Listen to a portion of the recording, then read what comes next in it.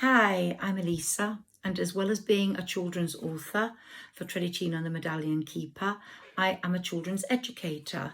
I specialise in getting children ready for the 11 plus particularly, but I also teach GCSE. I've written a series of books. There are 6 volumes here, and this is called Elisa's Tutorials, English Made Simple. Everything you need to pass your exams.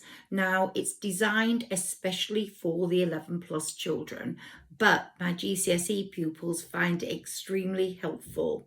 And this series deals with everything from creative writing to general knowledge to punctuation to grammar to comprehensions. We just have verbal reasoning. We have everything. General knowledge and verbal reasoning are very, very important at the 11 plus. The topic I'm going to choose today for you is trees. And I've written a whole list of trees here. I've included a proverb.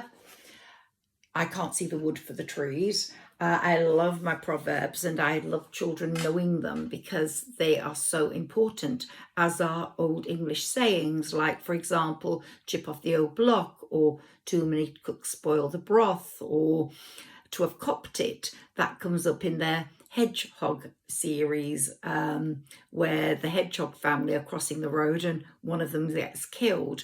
Children don't know these expressions. They're so important for the 11 plus and for educational capacity. That's one series.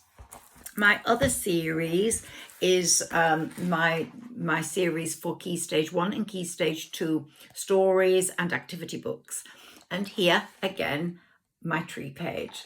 So here we've got lots of different trees and we've got the pictures that go with them in this series, so children can identify them. And if they're going to describe a story and they're going to do a story, then it's very important they're able to describe the tree and choose the correct tree for different settings, like a forest or a beach. You're not going to get a palm tree in a forest and you're not going to get a fir tree on the beach. So they actually need to know that. But here we've got a range of trees: elm tree, oak tree, banana tree, weeping willow, which is my absolute favourite. Wind in the Willows is one of my favourite series of books.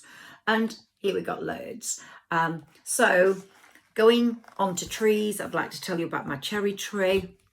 And we've had a trauma with that. And I'm going to show you the video I made in the garden about my cherry tree that might follow up or be attached to this one.